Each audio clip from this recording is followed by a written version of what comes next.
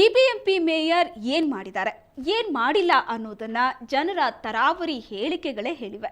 ಆದರೆ ಇದೊಂದೇ ನಿದರ್ಶನ ಅಲ್ಲ. ಹಿಂದೆ ಬೇರೆ ಬೇರೆ ದೃಷ್ಟಿಕೋನದಲ್ಲೂ ನಾವು ನಮ್ಮ ನಾಯಕರ ಹಣೆ ಬರಹ ಬಿಡಿಸಿಟ್ಟಿದ್ವಿ. ನಮ್ಮ ರಾಜ್ಯವನ್ನ ಆಳ್ತಾ ಇರೋ ಜನನಾಯಕರು ಎಷ್ಟೆಲ್ಲ ಬುದ್ಧಿವಂತರು ಅನ್ನೋದನ್ನ ತೋರಿಸಿದ್ವಿ.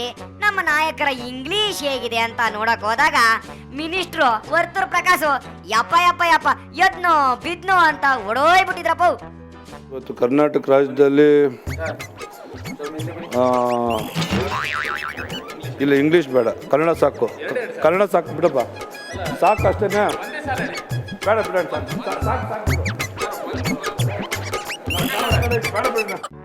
ಇನ್ನು ಎಂಡದ ಮಂತ್ರಿ ಶ್ರೀಮಾನ್ ರೇಣುಕಾಚಾರ್ಯ ಮಹಾತ್ಮೆ ಅವ್ರಿಗೆ 4-5 ಜನ ಸೇರಿ ಟಸ್ಸು ಪುಸ್ಸು ಇಂಗ್ಲಿಷ್ ನ ಬರ್ಕೊಟ್ರು. ಅದನ್ನು ಓದೋದಿಕ್ಕಾಗದೆ ಮ್ಯಾಲ್ಕು ಕೆಣಕು ತಿಳ್ಕಾಡ್ಬಿಟ್ರಲ್ಲಪ್ಪ ಬಾಟ್ಲು ಮ್ಯಾನು. ಅಭಿವೃದ್ಧಿಯ ಪಥದಲ್ಲಿ ಸಾಕಿ ನಂಬರ್ 1 ಆಗಬೇಕು ಅಂದ್ರೆ ಯಾವ ಕ್ಷೇತ್ರಗಳತ್ತ ಗಮನ? ಭಾರತ ದೇಶದಲ್ಲಿ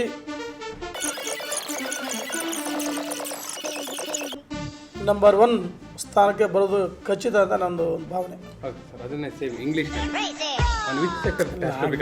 ಪ್ರಾಬ್ಲಮ್ ಆಗುತ್ತೆ, ಇಂಗ್ಲಿಷ್ ಲ್ಯಾಂಗ್ವೇಜ್ ಸಮಸ್ಯೆ ಆಗುತ್ತೆ.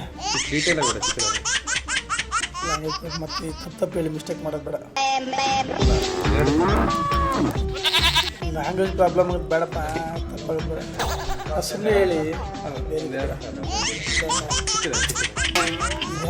ಈಗ ವರ್ಡಿಂಗ್ಸ್ ಕರೆಕ್ಟ್ ಇರಬೇಕು, ಏನು ಮಿಸ್ಟೇಕ್ ಆಗೋಲ್ಲ.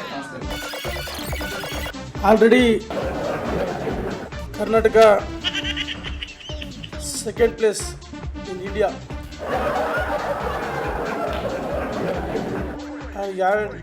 ಫಾರ್ಮರ್ ಚೀಫ್ ಮಿನಿಸ್ಟರ್ ಕರ್ನಾಟಕ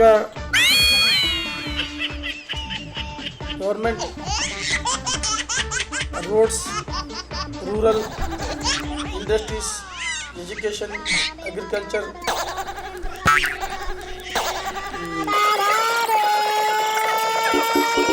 ಹೆಚ್ಚು ಪ್ರಿಫರೆನ್ಸ್ ಕೊಡೋದಕ್ಕೆ ಅಂತಾರೆ ಮೋರ್ ಪ್ರಯಾರಿಟಿ.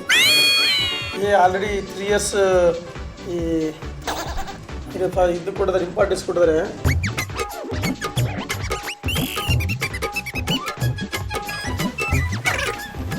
ಈ ಅಗ್ರಿಕಲ್ಚರ್ ಬರ್ದೇ ಇಲ್ಲಲು.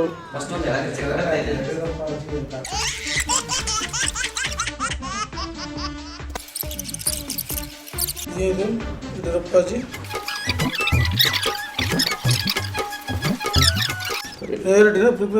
ಪ್ರಿಫರೆನ್ಸ್ ಆಲ್ರೆಡಿ ಅವರ್ government former chief minister Yediyurappaji Karnataka Indian number 2nd place. ಆಮೇಲೆ ನಮ್ಮ ನಾಯಕರ ಕನ್ನಡ ಹೆಂಗೈತಿ ಅಂತ ಪರೀಕ್ಷೆ ಮಾಡಿದ್ವಿ. ಅವರು ಕನ್ನಡ ಅಂದ್ರೆ ಎನ್ನಡ ಅಂತ ಉತ್ತರಿಸಿದ್ರು. ಅದನ್ನು ನೋಡಮ್ಮಿ ನಡೀರಿ. ಕನ್ನಡ ರಾಜ್ಯೋತ್ಸವ ಶುಭಾಶಯಗಳು. ಕನ್ನಡ ರಾಜ್ಯೋತ್ಸವ ವರ್ಷ ಆಚರಿಸ್ತಾರೆ. ನವೆಂಬರ್ 1ರಿಂದ ಲಾಸ್ಟ್ ಕಡೆ ತನಕವರೆಗೂ ಕನ್ನಡ ರಾಜ್ಯೋತ್ಸವ ಆಚರಿಸ್ತಾರೆ. ಉತ್ಸವ. ಇನ್ನ 371ನೇ ಕಲಂನ ಹೋರಾಟ ಜೋರಾಯ್ತು ನೋಡಿ. ಆಗ 371ನೇ ಕಲಂ ಅಂದ್ರೆ ಏನ್ ಗೊತ್ತಾ ಅಂತ ಕೇಳಿದ್ರೆ ಅಯ್ಯ ಬೊಡೆ ತಾವು ಒಬ್ರಾದ್ರೆ ಹೇಳೋದ್ ಬೇಡವಾ?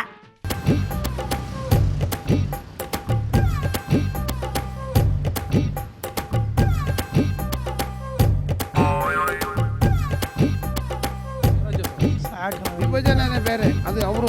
ಈ 371ನೇ ವಿಧಿ ಅಂದ್ರೆ ಏನು, ಅದ್ರ ಬಗ್ಗೆ ಒಂದು ಹೇಳುವ.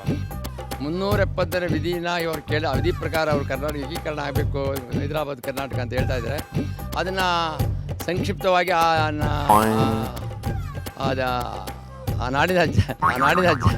ನಾಡಿನಲ್ಲ ಅಲ್ಲಿ ಜನದ ಅಭಿಪ್ರಾಯಗಳು ಏನಿದೆ ಅದಕ್ಕೆ ಸರ್ಕಾರದಲ್ಲಿ ಏನಾದರೂ ಕೂಡ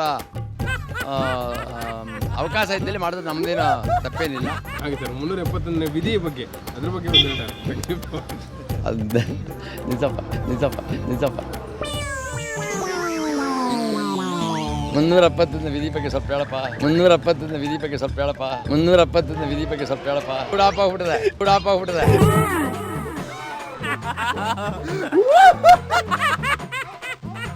ಬುಡಾಪ ಬಿಡದ 171ನೇ ವಿಧಿ. ಅದ್ರದ್ದೇನದು ಅದೇ ಹೈದರಾಬಾದ್ ಕರ್ನಾಟಕ. ಅದ್ರ ಪ್ರಕಾರ ಆಗ್ಬೇಕು ಅಂತ ನನಗೆ ಮೂಡೆ ಹಾಪ ನನಗೆ ಕೇಳಿದ್ರಲ್ಲ ಏನು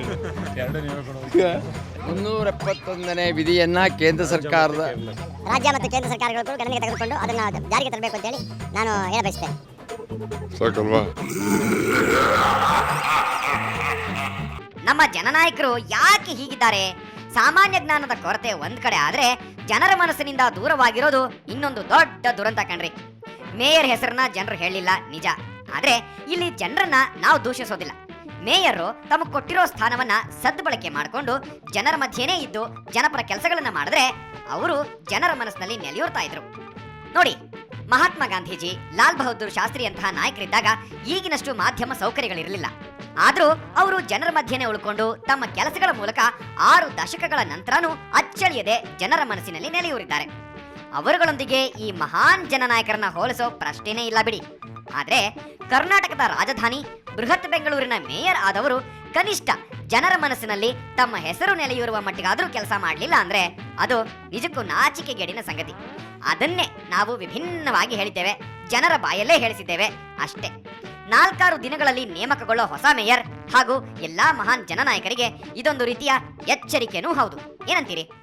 ಎಂಥ ಅಂದ ಎಂಥ ಚಂದ ಶಾರದಮ್ಮ ನೀನು, ಎಂಥ ಅಂದ ಎಂಥ ಚಂದ ಶಾರದಮ್ಮ.